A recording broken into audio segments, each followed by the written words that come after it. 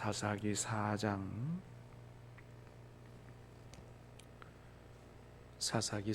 11절부터 24절 마지막 절까지입니다.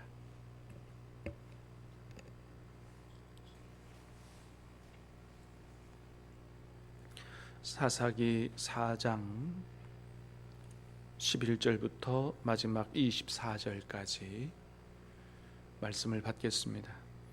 모세의 장인 호밥의 자손 중 겐사람 헤벨이 자기 족속을 떠나 게데스에 가까운 사하나님 상수리 나무 곁에 이르러 장막을 쳤더라.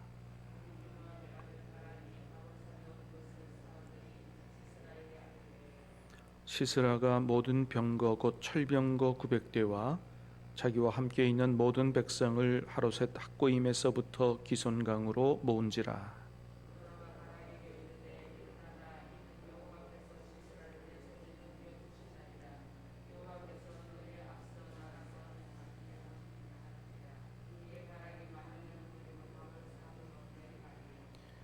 여호와께서 바락 앞에서 시스라와 그의 모든 병거와 그의 온 군대를 칼날로 혼란에 빠지게 하심에 시스라가 병거에서 내려 걸어서 도망한지라.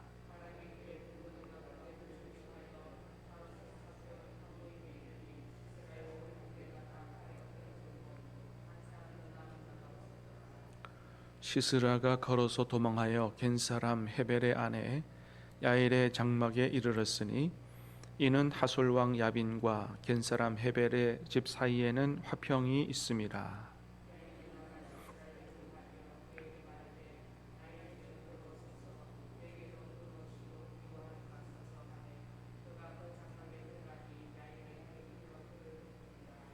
시스라가 그에게 말하되 청하노니 내게 물을 조금 마시게 하라. 내가 목이 마르다 하매 우유 부대를 열어 그에게 마시게 하고 그를 덮으니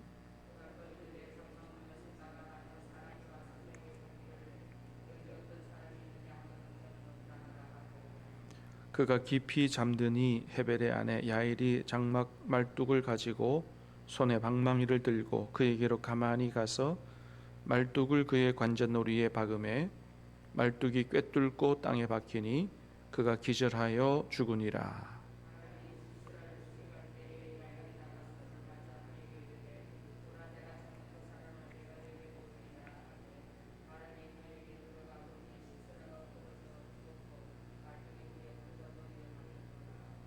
이와 같이 이날에 하나님이 가나안 왕 야빈을 이스라엘 자손 앞에 굴복하게 하신지라. 이스라엘 자손의 손이 가나안 왕 야빈을 점점 더 눌러서 마침내 가나안 왕 야빈을 진멸하였더라. 아멘.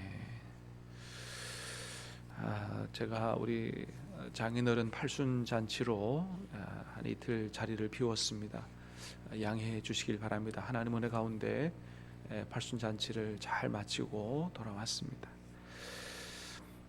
자, 오늘 말씀은 이스라엘을 20년 동안 괴롭혔던 가나안 왕 야빈과의 전쟁에서 승리한 이야기를 보여주는데 그 중에서 헤벨의 아내 야엘이라고 하는 여인이 아주 큰 역할을 했다 하는 것을 말씀하고 있습니다. 자, 12, 13절 다시 보겠습니다. 12, 13절 시작. 아비노함의 아들 바락이 다볼산에 오른 것을 사람들이 시스라에게 알림해 시스라가 모든 병거 곧 철병거 900대와 자기와 함께 있는 모든 백성을 하루셋 학고임에서부터 기손강으로 모은지라. 자, 이제 이스라엘과 가나안 왕 야빈과의 전쟁이 시작됐는데 좁게는 바락과 시스라의 전쟁이 된 거죠. 하나님 편에서 이스라엘 편에서는 바락이라고 하는 장군이 나갔고 또 가나안 왕 야빈 측에서는 그의 군대 장관인 시스라가 이제 철병거 900대를 이끌고 나온 겁니다.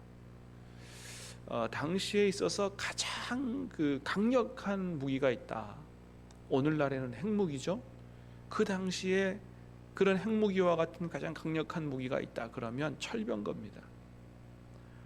이거 철병거가 한두 대도 아니고 900대가 있다. 이스라엘하고는 이 전쟁이 게임이 안 되는 겁니다. 이스라엘 백성들 430년 동안 애굽에서 노예로 종유로 살다가 나왔는데 이거 뭐 무슨 군대가 변변히 제대로 있겠어요. 이 게임이 안 되는 거예요. 자, 그러나 결과가 어떻게 됐습니까? 자, 15절 16절 시작. 여호와께서 바락 앞에서 시스라와 그의 모든 병거와 그의 온 군대를 칼날로 혼란에 빠지게 하심에 시스라가 병거에서 내려 걸어서 도망한지라. 바락이 그의 병거들과 군대를 추격하여 하로셋 학고임에 이르니 시스라의 온 군대가 다 칼에 엎드러졌고 한 사람도 남은 자가 없었더라. 아멘. 자, 원래는 시스라 군대 장관 철병거 900대에 이스라엘이 게임도 안 되는 전쟁인데 결국 어떻게 됐냐 하면 이스라엘이 승리하게 됐다라고 하는 것을 말씀하고 있습니다. 이유는 뭐예요? 앞에서 하나님께서 싸워주셨다는 거예요. 그죠? 15절에 그랬어요. 여호와께서 바락 앞에서 시스라와 그 병거 온 군대가 혼란에 빠지게 하셨다. 하나님께서 그렇게 하셨다는 거거든요. 하나님께서 도와주시니까 뭐 어떠한 군인도 어떠한 군대도 열세임에도 불구하고 승리하게 된다. 여러분, 성경에 나오는 이스라엘의 전쟁을 보면 이스라엘이 적군보다 뭐 군대나 무기에 있어서 더 강력한 군대를 가졌다, 무기를 가졌다, 거의 찾아볼 수가 없습니다. 항상 열세예요. 그러나 하나님이 도우시니 언제나 이기게 되더라라고 하는 것을 성경이 기록해 주고 있습니다. 왜요? 전쟁은 하나님께 속한 거니까. 그래서 맨 끝에도 다시 한번 그걸 확실하게 얘기해 줄 23절 시작. 이와 같이 이날에 하나님이 가나안 왕 야빈을 이스라엘 자손 앞에 굴복하게 하신지라. 하나님이 그렇게 하셨다고 아주 분명하게 이야기하고 있는 것을 보게 됩니다. 그렇습니다. 그래서 우리가 어떠한 환경에 있든지 간에 절대적으로 하나님 보고 의지하면 하나님께서 우리에게 이기도록 승리하도록 도우신다라고 하는 것을 우리가 말씀 가운데서 분명히 보게 됩니다. 여러분, 다윗과 골리앗이 어떻게 싸움이 돼요? 싸움이 안 되죠. 그런데 하나님이 함께 하시니 다윗이 이기게 되더라는 거예요. 종교개혁도 마찬가지죠. 당시 로만 카톨릭, 그건 아주 거대한 선거 같아요. 종교개혁자들은 그저 촛불 하나 든 거와 같고요. 바위에 계란치기예요. 계란으로 바위치기예요. 이거는 뭐 무너질 수 없는 거대한 성이에요. 그러나 하나님이 함께 하시니 승리하게 된다라고 하는 것을 기독교 역사를 통해서, 성경을 통해서 우리가 분명히 보게 되는 것이죠. 그러므로 사랑하는 여러분, 우리가 환경이나 이런 여러 가지 나의 능력이 부족하다고 좌절하고 절망할 것이 아니고 전능하신 창조주 우리 하나님을 바라보고 의지해야 할 줄로 믿습니다. 하나님 의지하면 하나님께서 도우시고, 하나님 도우시면 어떠한 상황에서도 승리하게 될 줄로 믿습니다. 그렇습니다. 자, 17절 말씀 보겠습니다. 시작. 시스라가 걸어서 도망하여 겐사람 헤벨의 아내 야엘의 장막에 이르렀으니 이는 하솔 왕 야빈과 겐사람 헤벨 집 사이에는 화평이 있습니다. 자, 시스라가 이제 전쟁에서 패해서 그 믿고 의지하던 병거에서 내려서 도망을 갔어요.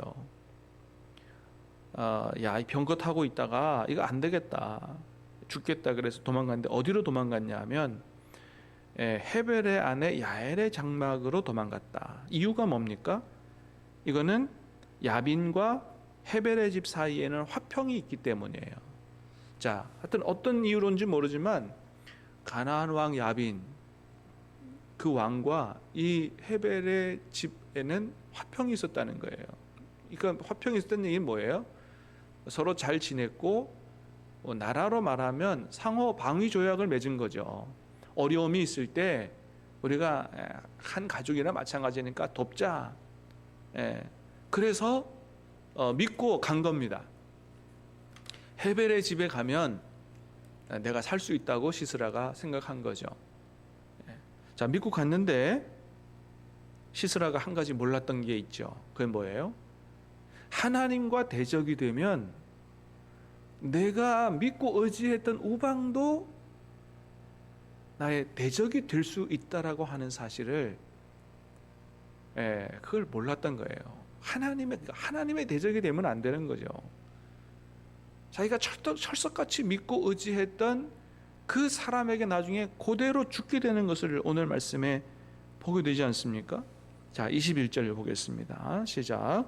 그가 깊이 잠드니 헤벨의 아내 야엘이 장막 말뚝을 가지고 손에 방망이를 들고 그에게로 가만히 가서 말뚝을 그의 관자놀이에 박음에 말뚝이 꿰뚫고 땅에 박히니 그가 기절하여 죽으니라. 헤벨의 아내한테, 여러분 그 당시 여인은 가장 힘없는 존재 아니에요.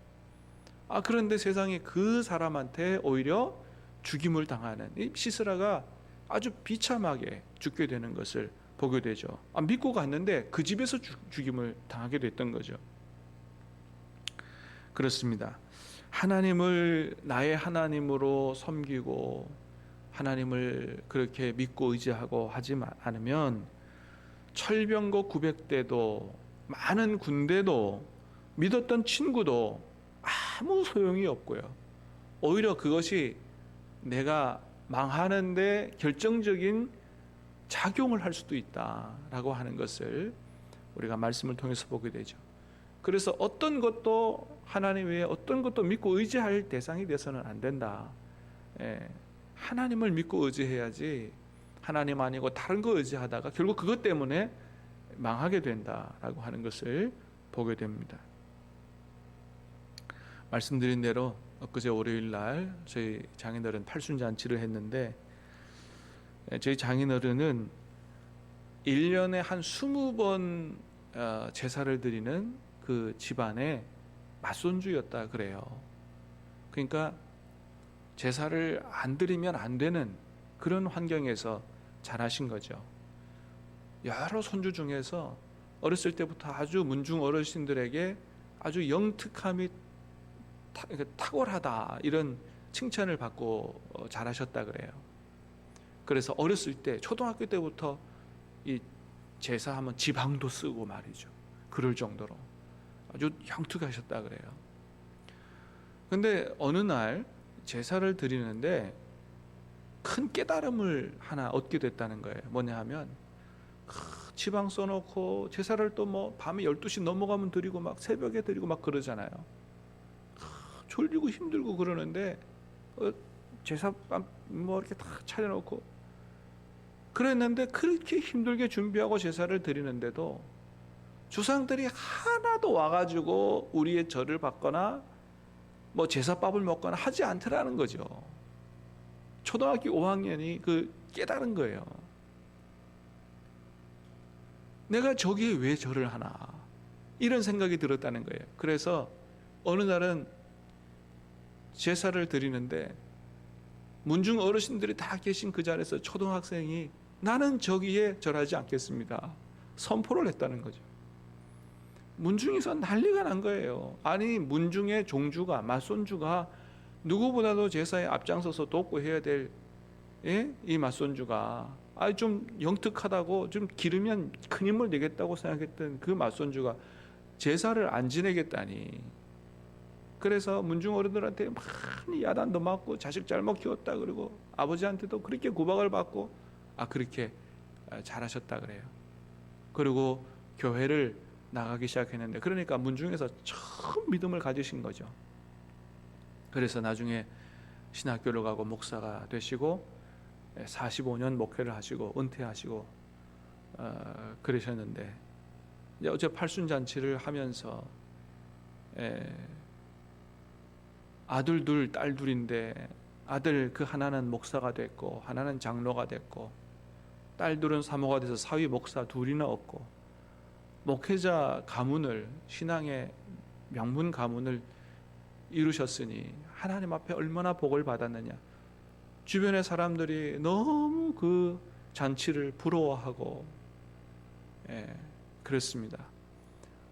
처음 하나님을 믿고 섬겨서 평생 하나님을 믿고 의지했던 자기들은 하나님이 축복하셔서 이렇게 목회자 가문을 만들어 주셨던 거죠. 하나님께서 장인어른 인생의 승리와 복을 주셨던 것입니다. 사랑하는 여러분, 하나님은 우리를 도우시는 분인 줄로 믿습니다. 복을 주시는 분인 줄로 믿습니다. 승리를 주시는 분인 줄로 믿습니다. 하나님 한 분 잘 믿고 섬겨서 하나님 앞에 풍성한 복을 받는 여러분 자녀손들과 가문 되시기를 예수님의 이름으로 축복합니다. 기도하겠습니다. 은혜로우신 주님 감사합니다. 우리 인생에 도움이 되시고 승리를 주시는 주님을 찬양합니다. 아버지 하나님, 오늘 말씀을 통해서 정말로 이길 수 없는 전쟁이었지만 하나님 한 분 믿고 의지하고 나가 싸우니 하나님께서 앞에서 싸워주셨고 이기게 하셨다라는 사실을 보게 하심을 감사합니다. 하나님을 의지하기보다 철병거 의지하고 하나님을 대적으로 향해 싸웠던 시스라, 결국은 아주 연약한 여인의 손에 믿고 의지했던 그 여인의 집에서 죽임을 당하게 된 것을 보게 됩니다. 아버지 하나님, 우리의 믿음이고 우리가 의지해야 될 분은 하나님 한 분밖에 없다는 사실을 다시 한번 확실히 깨닫게 하심을 감사합니다. 아버지 하나님, 우리가 인생 살아가는 데 있어서 환경 때문에 좌절하지 말게 하시고 전능하신 하나님, 도우시는 하나님, 승리 주시는 하나님 바라보고 믿음으로 살게 도와주셔서 결국에는 마침내는 축복의 땅에 들어가고 승리하는 인생이 될 수 있도록 은혜 베풀어 주시옵소서. 예수님 이름으로 감사하며 기도하옵나이다. 아멘.